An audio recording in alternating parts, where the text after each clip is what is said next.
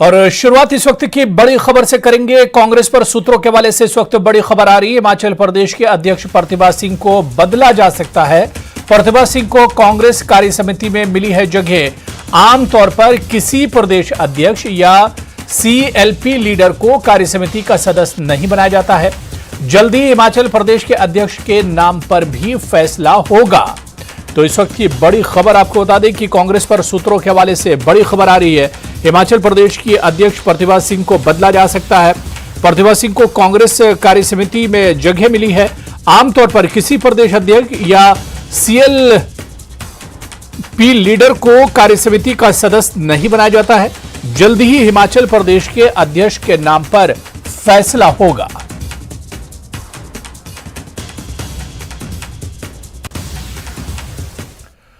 आपदा की स्थिति से प्रभावशाली तरीके से निपटने के लिए सीएम सुक्खू की नीति आयोग ने सराहना की है। विश्व बैंक के बाद अब नीति आयोग ने आपदा की इस घड़ी में सीएम के कुशल प्रबंधन की प्रशंसा की है।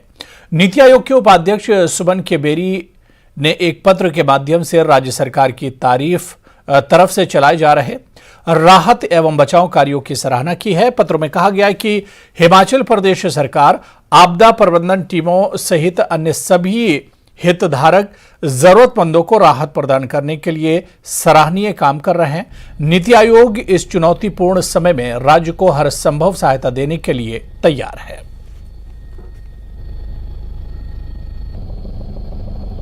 कि स्वाभाविक तौर पे हिमाचल प्रदेश में जो आपदा है लगातार बारिशों की वजह से बढ़ती रही और मुश्किलातें बढ़ी हैं। हर दिन नुकसान हो रहा है। जैसे जैसे बरसात आगे बढ़ रही है, बादल फटने की जो घटना है वो भी निरंतर बढ़ती रही। तो इस घड़ी में जो काम सरकार का और माननीय मुख्यमंत्री जी का रहा, जिस प्रकार फ्रंट लाइन में आके लोगों को मदद करने का सवाल हो, लोगों को राहत पहुंचाने का सवाल हो, हर क्षेत्र में प्रदेश के हर हिस्से में माननीय मुख्यमंत्री जी, इनकी पूरी कैबिनेट और अधिकारियों ने जो काम किया है, इसके लिए स्वाभाविक तौर पे पहले वर्ल्ड बैंक से भी इसकी सराहना हो चुकी है कि एक ऐसे समय में यहाँ के मुख्यमंत्री और सरकार ने बहुत अच्छा काम आपदा के समय में लोगों को राहत देने का किया है।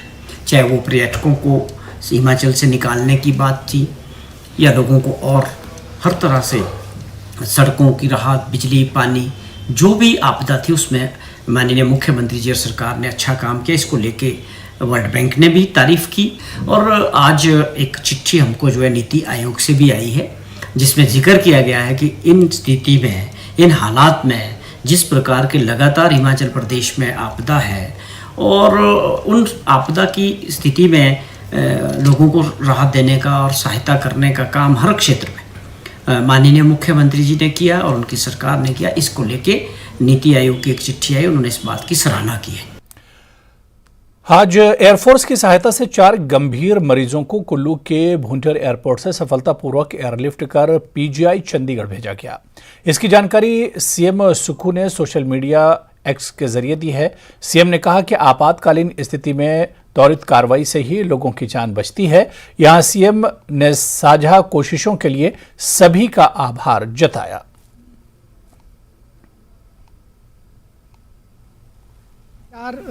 तीन रेफरल केसेस थे और आज सुबह एक और केस, एक 9 साल की बच्ची जो डायलिसिस पे जिसका ट्रीटमेंट पीजीआई से चल रहा है। तो टोटल 4 केसेस थे हमारे जिनको पीजीआई के लिए रेफ़र किया गया था।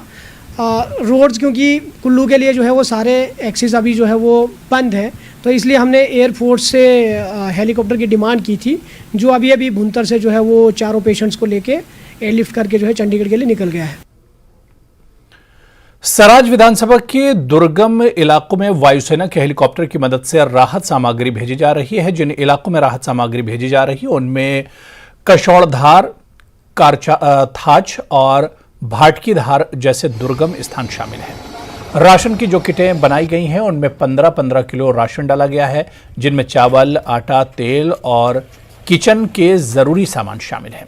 इसके अलावा आपात स्थिति में जरूरी मानी जाने वाली अन्य दवाइयां भी अलग से भेजी गई हैं। पहली उड़ान कार थाच के लिए भरी गई, जिसमें राशन के 55 किटें और दवाइयों के 3 बड़े बॉक्स भी भिजवाए गए।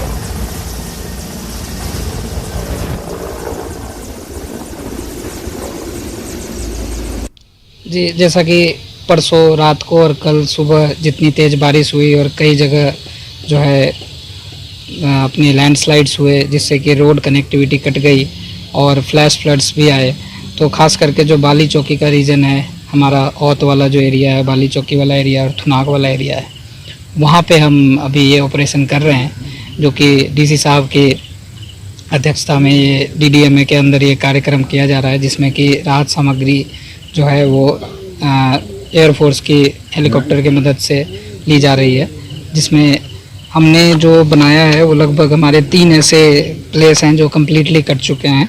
जैसे कि पहला मैं बोलूँ तो कसोड़धार एरिया है बाली चौकी का, और दूसरा है करथाच। कांग्रेस महासचिव प्रियंका गांधी ने हिमाचल में आई त्रासदी को राष्ट्रीय आपदा घोषित करने की मांग की है। प्रियंका ने सोशल मीडिया पर यह मांग रखते हुए कहा है कि आपदा के इस कठिन समय में मेरी प्रार्थनाएं हिमाचल वासियों के साथ हैं। कई राज्यों ने हिमाचल प्रदेश की मदद के लिए सराहनीय और संवेदनशील कदम उठाए हैं। केंद्र सरकार से अपील है कि त्रासदी से हुए भारी नुकसान को देखते हुए हिमाचल प्रदेश में आई आपदा को राष्ट्रीय आपदा घोषित किया जाए, ताकि आपदा का नुकसान झेल रहे हमारे बहन भाइयों को उचित और जल्द राहत मिल सके। इस भयावह आपदा के समय सभी देशवासियों को हिमाचल वासियों के साथ खड़े होकर उनका हौसला बढ़ाना चाहिए।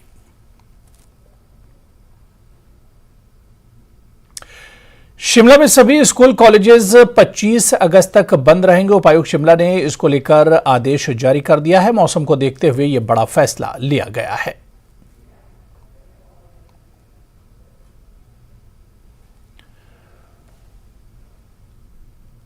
उधर सीएम सुक्खू की अध्यक्षता में राज्य एकल खिड़की स्वीकृति एवं अनुसरण प्राधिकरण की 27वीं बैठक हुई, जिसमें नए औद्योगिक उद्यमों की स्थापना और मौजूदा इकाइयों के विस्तार के लिए लगभग 1483 करोड़ रुपए के कुल 29 प्रस्तावित निवेशकों को मंजूरी दी गई। इससे प्रदेश के लगभग 3,961 व्यक्तियों को रोजगार के अवसर प्राप्त होंगे। इस अवसर पर सीएम ने कहा कि राज्य सरकार पर्यावरण के संरक्षण के लिए प्रदेश में हरित उद्योगों को प्रोत्साहित कर रही है।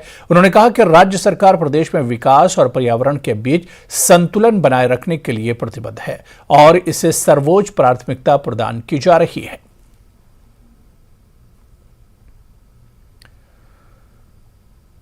चंद्रयान 3 मिशन की कामयाबी पर केंद्रीय मंत्री अनुराग ठाकुर ने खुशी जताई। उन्होंने कहा कि युवाओं में उत्साह है और वो भारत को 5वें नंबर की अर्थव्यवस्था बताते हुए देख रहे हैं।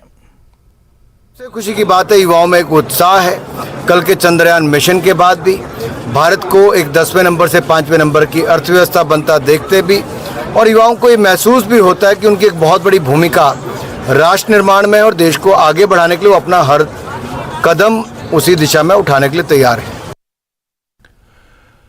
चंद्रयान मिशन में अहम भूमिका निभाने वाले कांगड़ा के रजत अवस्थी और अर्जुन चौधरी को बीजेपी प्रदेश अध्यक्ष राजीव बिंदल ने पत्र लिखकर शुभकामनाएं दी हैं। पत्र में बिंदल ने लिखा कि इसरो में सेवा देने वाले रजत अवस्थी और अर्जुन चौधरी की मिशन में महत्वपूर्ण योगदान रहा है। ऐसे में पूरे हिमाचल के लोग गौरवान्वित महसूस कर रहे हैं। राजीव बिंदल के पत्र को लेकर मंडल अध्यक्ष सोनी चौधरी और डॉक्टर विशाल नेहरिया अर्जुन और रजत के घर वालों से मिले और उनको शुभकामनाएं दी।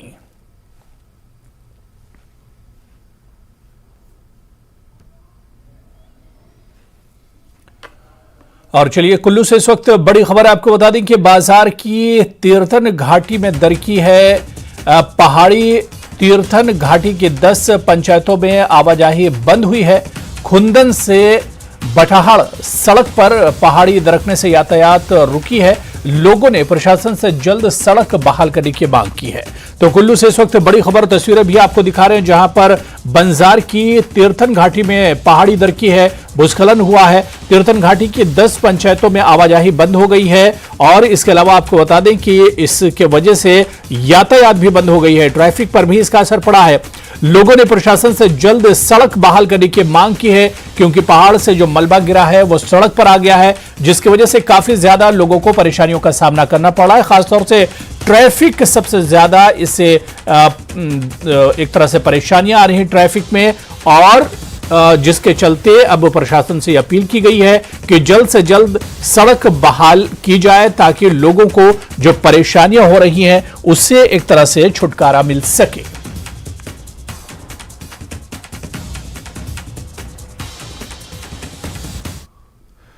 उधर शिमला के समरहिल में भूस्खलन के बाद लापता हुए सभी 20 लोगों के शव मलबे से निकाल लिए गए हैं और यहां सर्च ऑपरेशन पूरा हो गया है। बता दें कि 14 अगस्त को समरहिल के शिवौड़ी में भारी भूस्खलन हुआ था जिसमें कई लोग मलबे में दब गए थे और सर्च ऑपरेशन के 11वें दिन जो 3 शव बरामद हुए उनमें एक शव 4 वर्षीय समायरा का है जबकि दूसरा नीरज का है और तीसरा शव पवन शर्मा का है।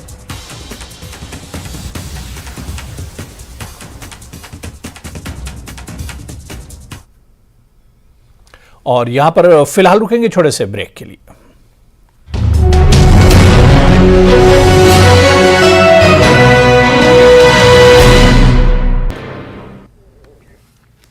स्वागत है आपका न्यूज़ 18 जम्मू कश्मीर लद्दाख हिमाचल में। मैं हूं विशाल और आप देख रहे हैं धार भी रफ्तार भी। राजौरी जिले के तरियत नामी इलाके में मुसाफिर बस हादसे का शिकार, कम से कम 10 मुसाफिर हो गए जख्मी। तमाम जख्मियों को इलाज के लिए CHC कालाकोट किया गया रेफर। जम्मू कश्मीर के कई इलाकों में तेज हवाओं के साथ मूसलाधार बारिश, मेंढर के सखी मैदान और आड़ी में सैलाब जैसी सूरत हाल। कुपवाड़ा में कई मकानात को पहुंचा नुकसान, लोगों से नदी नालों से दूर रहने की अपील। मेंढर में मुसलसल बारिश ने आवाम की मुश्किलात में एक बार फिर इजाफा कर दिया। मेंढर के सखी मैदान और आड़ी में सैलाब जैसी सूरत हाल पैदा हो गई। मेंढर कस्बे में दोनों अतराफ से नदी के तेज बहाव के बायस सखी मैदान के इलाके में डंपर हादसे का शिकार हो गया। कुपवाड़ा में भी तेज हवाओं के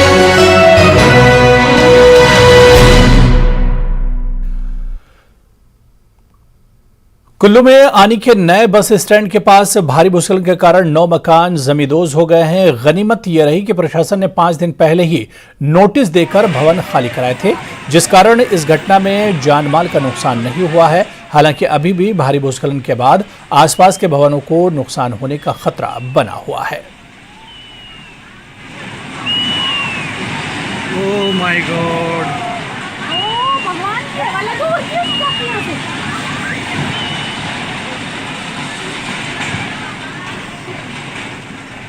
आज सुबह आनी बस स्टैंड के अपोजिट लगभग 4 बिल्डिंग्स जो है वो भारी बरसात की वजह से डैमेज हो गई हैं और ये जो डैमेज बिल्डिंग्स हैं ये ऑलरेडी 15 तारीख से पहले का जो एक रेनफॉल का स्पेल था उसके दौरान इसमें दरारें आ गई थी और स्लाइड होने की वजह से वल्नरेबल कंडीशन में थी। इसलिए प्रशासन ने इन बिल्डिंग्स को ऑलरेडी वेकेट भी कर दिया था। आज सुबह भी 3 बिल्डिंग्स को जो है वो वेकेट किया गया था, इसलिए कोई जानी नुकसान नहीं हुआ है, प्रॉपर्टी का लॉस हुआ है। और SDM ने लोकल लेवल पे एक कमेटी भी कॉन्स्टिट्यूट कर दी है। फर्दर आगे पूरे इस एरिया का स्पॉट इंस्पेक्शन किया जा रहा है और इसमें जो भी फर्दर आगे कार्रवाई होगी वो कर दी जाएगी। और मकानों को भी मतलब नुकसान इसमें हो सकता है अगर बारिश का जो है ये स्पेल इसी तरह से कंटिन्यू रहा तो इसलिए जो कमेटी है वो सारा कुछ स्पॉट इंस्पेक्शन करने के बाद इसमें आगे की कार्रवाई करेगी। ज़िला प्रशासन की तरफ से DC साहब खुद जो है वो स्पॉट की तरफ को चले गए हैं और इसमें आगामी कार्रवाई जो है उनके दिशा निर्देशों के अनुसार की जाएगी। तो आनी में मकानों के जमींदोज होने के मामले में मुख्य संसदीय सचिव सुंदर सिंह ठाकुर ने कहा है कि इन भवनों में करीब 200 किराएदार रहते थे जिन्हें पहले ही सुरक्षित बचा लिया गया था। उन्होंने लोगों से अपील की है कि जहां पर घरों को खतरा पैदा हो गया है उन्हें खाली करें और प्रशासन को सूचित करें।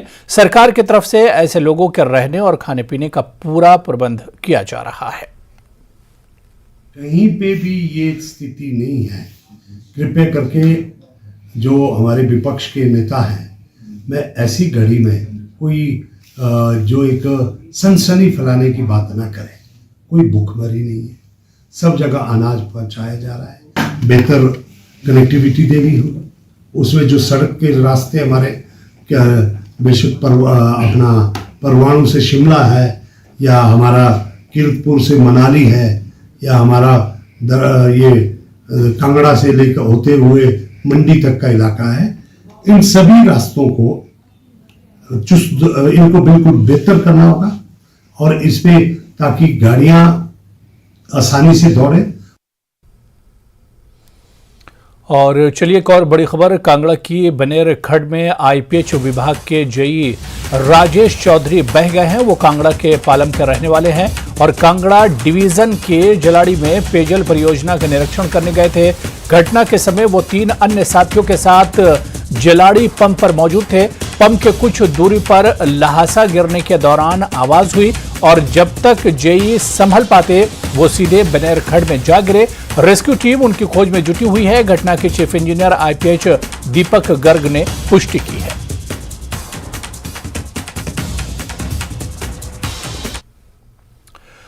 और इस बीच डिप्टी सीएम ने आईपीएच विभाग के जेई राजेश चौधरी के साथ हुए हादसे पर दुख जताया। उन्होंने सोशल मीडिया एक्स पर लिखा है कि जल्द शक्ति विभाग कांगड़ा में कार्यरत हमारे जूनियर अभियंता इंजीनियर राजेश चौधरी आज सुबह पेयजल योजना को बहाल करते हुए अचानक पानी के तेज बहाव में बह गए।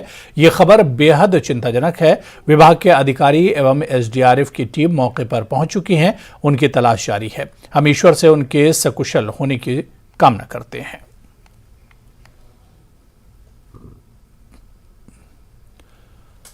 और मनाली से बड़ी खबर है, जहां पर अंजनी महादेव के पास वाले नाले में बाढ़, व्यास नदी का बाढ़ जलस्तर बढ़ा है। लोगों से नदी नालों से दूर रहने की अपील की है।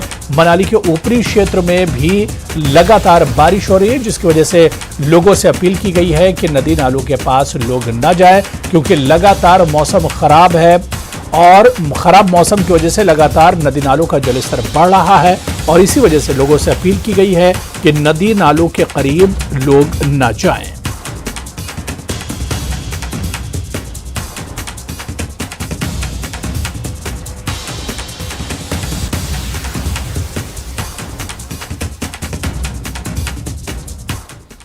और चलिए इस खबर पर हमारे सहयोगी सचिन हमारे साथ मनाली से जुड़े हुए हैं।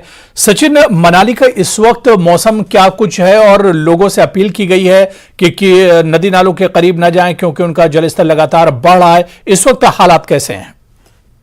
जी हाँ, देखिए अगर बात करें हम तो बीते कुछ दिनों से जिस तरह हम लगातार देख रहे हैं कुल्लू जिले से जो आसपास क्षेत्रों में लगातार बारिश हो रही है और ऐसे में आज भी जो दोपहर के समय यहाँ पर जो घाटी में मौसम जो सुहावना बना हुआ था और जो अच्छी खासी धूप खिली थी, लेकिन शाम के समय जो मौसम ने करवट ली और उसके बाद जो है यहाँ पर बारिश का दौर शुरू हुआ, जिसको देखते हुए देर शाम जो है पर्यटन नगरी मनाली के साथ जो पर्यटन स्थल है सुरन नाला के साथ में लगते अंजनी महादेव नाले में जो है जो तेज बारिश हुई और उसके कारण जो वहां पर नाले में बाढ़ आ गई और एकाएक जो है नाले का जलस्तर भी बढ़ गया। ऐसे में नाले में बढ़ते जलस्तर को देखते हुए प्रशासन ने भी अलर्ट जारी किया और सभी लोगों से नदी नालों से दूर रहने की जो यहाँ पर अपील की है। बता दें कि आजकल जो बरसात का मौसम चल रहा है और ऐसे में पहाड़ों पर लगातार जो है बारिश हो रही है और जिसके कारण जो नदी नालों का जलस्तर जो काफी ज्यादा बढ़ता जा रहा है और ऐसे में आज एकाएक जो जिससे जो बारिश हुई उसके बाद जो है एकाएक जो है फिर से नदी नालों का जलस्तर बढ़ चुका और ऐसे में प्रशासन ने एहतियातन के तौर पर सभी लोगों को जो यहाँ पर जो अलर्ट रहने के लिए कहा है और खासकर जो लोग जो है नदी नालों के समीप रहते हैं उन्हें जो है नदी नालों से दूर रहने की यहाँ पर जो है अपील की गई है। जी बिल्कुल सचिन, व्यास नदी का भी जो जलस्तर है लगातार बढ़ रहा है और प्रशासन का क्या कुछ कहना है, क्योंकि व्यास नदी इससे पहले भी बहुत खतरनाक रूप धारण कर चुकी है, तो ऐसे में किस तरह के एहतियाती कदम उठाए जा रहे हैं? जी हाँ, देखिए जिस तरह अगर हम बात करें जो लगातार जो बारिश और इससे जो ब्यास नदी जो सहायक नदी नाले हैं उनमें जो काफी ज्यादा जो है जलस्तर उनमें बढ़ता जा रहा है और उसका जो है असर सीधा ब्यास नदी पर भी देखा जा रहा है, जिसके कारण ब्यास नदी का जलस्तर भी जो काफी ज्यादा बढ़ रहा है। बीते दिन भी हमने देखा था कि जब जो है एकाएक जो काफी ज्यादा बारिश यहाँ पर थी उसके कारण जो है ब्यास नदी में बाढ़ आई थी और उसके साथ जो है ब्यास नदी ने अपना रौद्र रूप धारण किया और उसका जो उसके रास्ते में उसे जो है ब्यास नदी अपने साथ बहाती ले गई। तो ऐसे में प्रशासन जो इसको लेकर काफी सतर्क है और लगातार जो है लोगों से ये अपील की जा रही है कि नदी नालों से दूर रहे, खासकर जो ब्यास नदी है उससे जो है दूर रहे, क्योंकि कुल्लू मनाली जो है ब्यास नदी के किनारे पर ही बसा हुआ शहर और ऐसे में जो है जब ब्यास नदी यहाँ पर अपने रौद्र रूप में आती तो इससे काफी ज्यादा नुकसान यहाँ पर होता और ऐसी तस्वीरें हमने बीते दिनों भी देखी थी। तो ऐसे में प्रशासन जो लगातार यहाँ पर उन लोगों से अपील कर रहा है जो नदी नालों के समीप रहते हैं वो वहां से जो है दूर रहे, क्योंकि अभी जो है 25 अगस्त तक जो है मौसम विभाग के द्वारा भी जो है घाटी में मौसम खराब रहने का अनुमान जताया गया है और ऐसे में प्रशासन भी जो है लगातार लोगों से जो है नदी नालों के समीप न जाने की जो अपील यहाँ पर करता हुआ नजर आ रहा है। जी चलिए, बहुत बहुत शुक्रिया सचिन हमारे साथ जुड़ने के लिए, इस खबर पर अपडेट करने के लिए। और उधर कांगड़ा के न्यागल में हुए बड़े भूस्खलन की वजह से 20 के करीब घर और गौशालाएं जमींदोज हो चुकी हैं और गांव में करीब 30 घरों को असुरक्षित घोषित कर दिया गया है, जिसके बाद गांव के कई परिवार बेघर हो गए हैं और टेंट और आश्रय स्थल में रात गुजारने को ये घर वाले मजबूर हैं।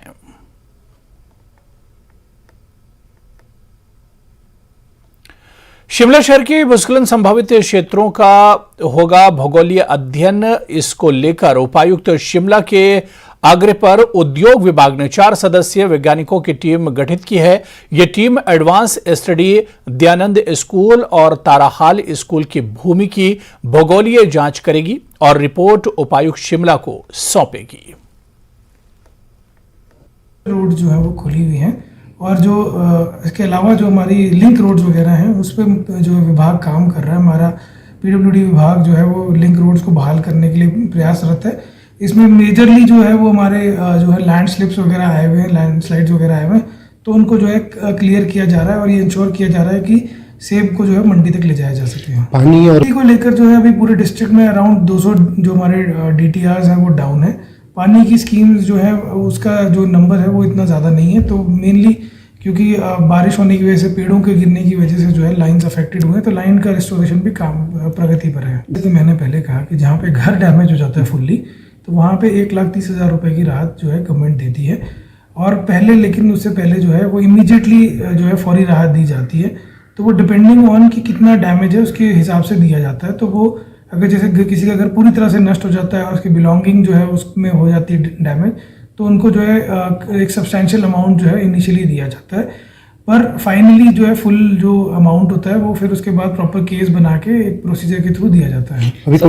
जी मेरी यही अपील है, एक तो जो मौसम के अपडेट्स हैं उसको ज़रूर फॉलो करें। हम अपने फेसबुक पेज पे सारे अपडेट्स डालते रहते हैं। नोटिफिकेशंस भी जो भी कोई होती है, जैसे स्कूल बंद करने की, कॉलेज बंद करने की, वो नोटिफिकेशंस भी हम जो अपने फेसबुक पेज पे डालते हैं। तो लोगों से अपील है, एक तो उसको ज़रूर देखें, वहाँ से आपको सारी रेलेवेंट इन्फॉर्मेशन मिलेगी। और दूसरा ये कि मौसम को देखते हुए जो है अनावश्यक यात्रा से लोगों को बचना चाहिए। लोगों को जो है अपने घरों में ही रहना चाहिए और अपने आसपास के सराउंडिंग को देखना चाहिए, क्योंकि आपको पता है कि बारिश की वजह से जो है बहुत ज़्यादा बारिश की वजह से स्टार्टा जो है कई जगहों पे अनस्टेबल हुआ है, कई जगहों पे पेड़ जो है वो कमज़ोर हुए हैं। तो वो सारी चीज़ों को उनको देखना चाहिए अपने सराउंडिंग को। और कहीं उनको ऐसा नोटिस में आता है कि कोई पेड़ गिरने की कगार पे है या कहीं लैंडस्लाइड के होने के चांसेस हैं, तो वो हमारे टोल फ्री नंबर पे 1077 पे जो है हमें सूचना दे सकते हैं, ताकि हम संबंधित विभागों को जो है तुरंत वहाँ पे भेजें और उसको जो है वहाँ पे जो भी बचाव का जो कार्य करना है वो किया जा सके। रिगार्डिंग मैं ये कहना चाहता हूँ कि जो IMD है हमारा मेट्रोलॉजिकल डिपार्टमेंट जो है वो जैसा भी फोरकास्ट उनका आगे का आएगा आगे वाले 2-3 दिन के लिए, उसके हिसाब से निर्णय किया जाएगा। अगर IMD ये कहता है कि आगे ऑरेंज अलर्ट या रेड अलर्ट या कुछ मतलब सीवियर कुछ अगर वो अपडेट देते हैं, तो फिर इस पर निर्णय लिया जाएगा कि स्कूलों को हमें बंद करना है या स्टार्ट रखना है। इंग्लैंड की जो स्थिति है, पहले वहाँ पे जो है एक जगह पे लैंडस्लाइड आया हुआ था और उसकी वजह से वहाँ पे मलबा आने की वजह से रोड को इसलिए सिंगल ट्रैफिक के लिए खोला गया था। पर कल की बारिश की वजह से जो है वहाँ पे 2-3 पॉइंट्स ऐसे हो गए जहाँ पे एक तो नाला आ रहा है और दूसरी जगह पे कुछ ऐसे पेड़ हैं जो ऐसा लग रहा है जो खतरनाक हो गए। तो आज हमने जो है वहाँ पे टीम को भेजा है जो पूरी सिचुएशन को एनालाइज करेगी, एसेस करेगी और फिर उसके बाद जैसे उनकी रिपोर्ट होगी उसके आधार पर फिर आगे कार्रवाई। प्रिंसिपल सेक्रेटरी ओंकार शर्मा ने मकान बनाने में तय मकानों को सख्ती से लागू करने के निर्देश दिए हैं। ये निर्देश उन्होंने TCP और शहरी विकास विभाग के अधिकारियों को दिए। उन्होंने प्रदेश में 11,000 से अधिक मकानों को क्षतिग्रस्त होने पर भी चिंता जाहिर की। आज भी हमारे पास SCC की स्टेट एग्जीक्यूटिव कमेटी की बैठक माननीय चीफ सेक्रेटरी महोदय की अध्यक्षता में होने जा रही है। इसमें हमने ये अपने UD और TCP विभाग को भी बताया। सॉइल टेस्टिंग एक बेयरिंग कैपेसिटी की बात आती है कि क्या वो जो जमीन है, सॉइल टेस्टिंग का मतलब बेयरिंग कैपेसिटी को नापना होता है कि वो जो जमीन है वो कितना वजन उठा सकती है, कितना मंजिल हो सकता है। उसके साथ साथ जो स्ट्रक्चरल डिजाइन में आपका हमारा सिस्मिक जोन 5 में हिमाचल प्रदेश पड़ता है, तो सिस्मिक अर्थक्वेक रेजिस्टेंस हो उसके लिए स्ट्रक्चरल डिजाइन में अलग से ध्यान रखना सकता है। बिल्डिंग कोड और बिल्डिंग बायलॉज जो है वो रिवाइज हो चुके हैं, उसके तहत ये हम लोगों को ये मकान बनाने चाहिए।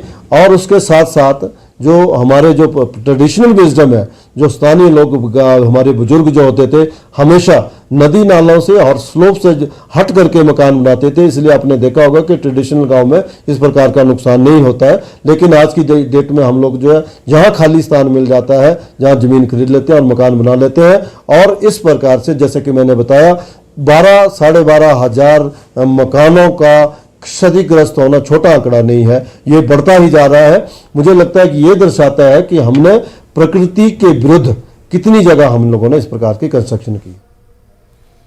बद्दी में भाजपा के प्रदेश अध्यक्ष डॉक्टर राजीव बिंदल ने कार्यकर्ताओं को संबोधित किया। इस दौरान उन्होंने भारत को दुनिया की तीसरी आर्थिक शक्ति बनाने के लिए कार्यकर्ताओं से फिर से केंद्र में नरेंद्र मोदी की सरकार बनाने की अपील की। ला सकते हैं तो आज पूरा देश मोदी मोदी कर रहा है, पूरी दुनिया मोदी मोदी कर रही है, तो हम 2019 से पीछे नहीं रहेंगे। आज ये संकल्प हमको यहां से लेकर के मेरे से सहमत है, तैयार है। तो चलिए इस बुलेटिन में अभी फिलहाल इतना ही। नमस्कार।